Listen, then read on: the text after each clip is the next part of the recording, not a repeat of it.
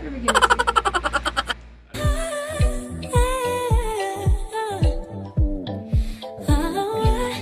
Hi everyone, welcome back to our channel. So this is Wang. And this is Jack. Happy house arrest, by the way. And today we're gonna be talking about... Things that we've learned since we've gotten married. We're married for almost 2 years now. We're gonna be having our first meeting anniversary this coming 27th of May.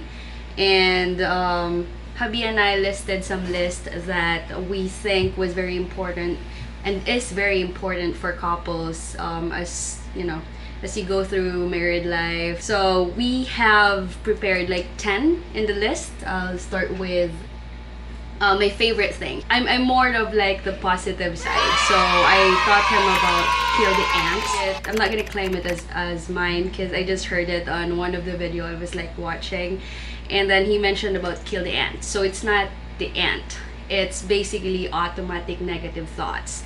So every time like one of us is down, or every time is you know, one of us is negative about our life, one of us should be, you know, should be the positive one. So we should start killing the ants. We should not let it, like, you know, ruin our day. So it's not always perfect, but we try to be. Sometimes one of us thinks that our partner is not, you know, being empathetic. You should like save each other, because later on you're gonna be you're gonna realize that it's very important, and it really gives a difference in the relationship. Yeah, so our second thing is quality time is very important, and I know that this might seem you know, a little, you know, basic and a little common sense, but the fact of the matter is that with all of the technology and all the distractions today, it's kind of very easy to get lost in kind of your own little world. And with all the social media out there, I think that it's and entertainment options, I think it's very important to kind of find ways to spend time with each other, you know, even if it's just going out to dinner or a movie or going for a walk in the park, because you know, if you fail to spend a lot of time trying to continue to get to know each other over the course of your relationship, you know, there's always the possibility you might drift apart. So I think that just like, you know, towards the beginning of one's relationship, it's important. It's just as important to continue to exert that same effort and energy that you had towards the beginning.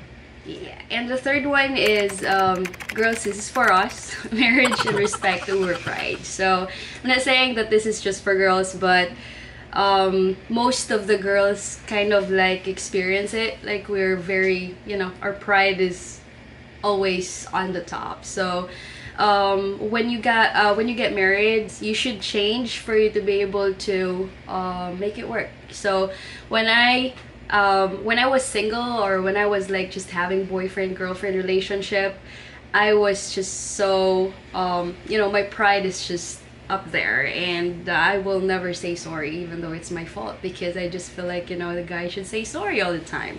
But when you're married, you should learn that your marriage should come first. Respect for each other should come first, and you know, you should learn if what you did was wrong, if you're just being pabebe, you should know how to say sorry, because your partner is also a human being. I mean, they feel hurt. I mean, it's, you know, I feel like it's more of putting your shoes on your partner's shoe. It was at this moment that he knew. He fucked up. Putting your feet on your partner's shoe, and then realizing what will you feel if your partner will do it to you. So we should like prioritize our marriage over anything else, over small things, you know. I mean, I'm not perfect. I still, you know, I'm still being pabebe most of the time, but I mean, I tend to like rethink what I did, and if it's wrong, it's wrong. You know, you have to eat your pride, and you have to say sorry. And Jack does the same. So if, you know, if I think that he did something wrong, then, you know, he needs to realize it and needs to say sorry. Unless he says sorry, we're not gonna be okay. Because he needs to realize it. So yeah, I think that's it for that, and then we're gonna be moving for the next thing. Yep. So I think really kind of segueing off of what Babe here just said, you have to be very sensitive to what your spouse is feeling. I think that what she said by putting your feet in the other shoes is very important with this point, because especially if it's something that's not, you don't think is important or it's a big deal, you have to realize that for them it might be a very big deal. So you kind of have to look at things through a different prism, and if something's important to them, you need to treat it with the same respect and importance that they do. All right, and that leads us into point 5. Okay, and this one says, don't be afraid of conflict. It's your way of letting the bad vibes out, but do it in a closed door. Never let other people see it. So this is one of the things that that Jack and I needs to they call this work on from the very beginning of our relationship.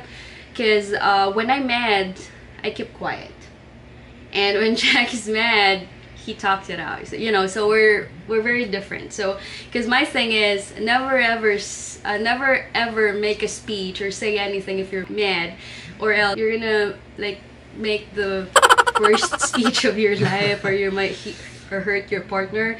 But I mean, it's not bad to have a conflict every now and then. It's not bad to let it out, because sometimes it kind of burden you out, and if it gets worse, it's not good. So sometimes we shout on each other, and I feel like it's better, because after that fight, then we're okay, we make up. We make up. That's sorry.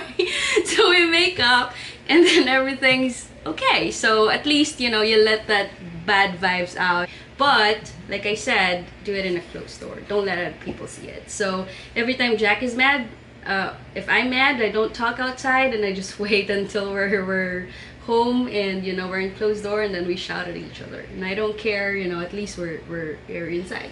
Well, people not seeing it. Actually, if I'm being honest, she does most of the shouting. I'm on the receiving end most of the time. That's not true. So I think this is one that a lot of couples have actually struggled with, is making decisions together, because there's a lot of times when, especially once you're deep into a relationship, where one partner kind of comes up with or develops their own agenda, and they kind of tailor the day around or activities around what they want to do, and without taking into consideration the other partner. And I think that of course it applies to activities and date nights and things like that together, but I think also when it comes to more important life decisions, obviously when it comes to finances and buying cars and, and things like that, you got to make sure it's a team effort, because it's not just your life, it's both of you together. So you gotta kind of give up what you want, and make sure that it's a team effort. Right. So, and that leads us to our next item, which is compromise. So Jack and I, we're two, we're very different in terms of decision makings about how we manage our finances and so on and so forth. So name it. I'm more of the conservative side, and he's more of just the the happy-go-lucky side. Spendthrift. Yeah. So, but we learned to compromise. I mean, I learned through through the days and months and years that we've been together. I learned how to speak up, tell him what I feel, tell him what we are capable of and we're not capable of, and then we compromise. I mean, for example, this is kind of a small thing. He's very more into snackies, very expensive snackies, and I'm more of into, I'm very tight with money, so we compromise. I let him buy his snackies, but just don't do it every day. Just don't do it every week because we can't afford to keep on, paying for just snacky. Yeah, so if I had it my way, I would be probably shopping at, Landers, S&R, and Shang, for my snacks probably every week. But now I kind of have to, hold it back a little bit and make sure it's only like once a month or something like that. Good job. Yeah. All right, so that will lead us into point number 8, find things that you can enjoy together. Now, I can tell you that when it comes to specifically entertainment, like our tastes differ like big time. Like they couldn't be more different. And I think that it's really important for you to find something that you both can enjoy together, that you can both share and talk about in your free time. And like what? I think The Last Dance, for example. Yeah. Because I love documentaries, especially a lot of like the true crime. I mean, I can watch documentaries about almost anything, but I like true crime documentaries and sports documentaries, of course. And she, in general, doesn't like them. But we found kind of some common ground on the new Michael Jordan documentary, The Last Dance, and and we spent probably hours talking about it. So I think that finding things that you can enjoy together, it's just another avenue to open up, common ground between you and your partner, and finding something to talk about is always good, because then you can maybe talk about a completely new subject. And continue to build your relationship. So I think that is very important for long-term growth in the relationships. Yeah, don't forget about wine. That too. That's one that we're really missing right now. Yeah, and then our next item is surprise each other. So Jack is really good at that, and I'm like, he made me feel like I'm the worst. Oh, come on. Because we've been together for almost 2 years, and I tried buying him things, and there's only like a few that I can count on my finger that he liked. So I bought him a massage, That's not true. I swear, it's a tickle machine disguised as a massage machine. It's not a tickle machine. I swear that's a prank. It's not a tickle machine. Don't listen to what she says. It's a prank. It's a prank. It's a massage, and just because you're a big guy, you thought, you feel like it's a tickle machine. So he didn't like that, but so he made it hard for me to actually he made it hard for me to actually like find something that he'll really like. So sometimes I'll just end up buying him the basics, which is watch, clothes, bags, because that's what I felt like will be safe. But in terms of like surprises, I kind of suck at that. I didn't realize that until I met him. I thought I was really good at like surprises. Yeah, but don't forget to surprise each other. Just keep the fire going, and it can be like small surprises, just like buying him. Yeah, it doesn't have to be anything major. Buying him coffee. Giving him something small, something like that. It can be anything. Yeah, it doesn't have to be a Bentley Continental GT. It doesn't have to be anything like that. All right, number 10. Last one here, sleep together and listen to Let's Read. This is one that, I think it's just a good way to kind of build like that physical bond, that, keep up that physical fire is make sure that, you go to sleep at night hugging your loved one and listening to some, even though Let's Read is, it's not a sponsor video, by the way. It's not a sponsor, but the guys, if you have trouble sleeping, especially, the voice is really soothing, even though the stories are kind of gruesome and disturbing at times. It's a good way to go to sleep for those of you that Can you give an example? Have difficulty. Yeah, there's a lot of putting you in the spot.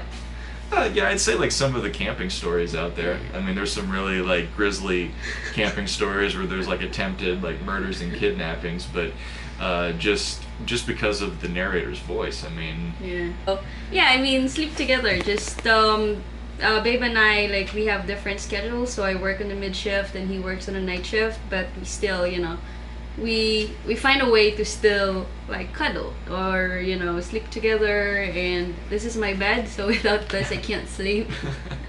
So all right, well, I think that will wrap it up. Yep. Alright, and I think that's it for today's video. If you're new to our channel, please don't forget to subscribe, and please feel free to comment for our ideas for next video. Thank you, everyone. All right, bye.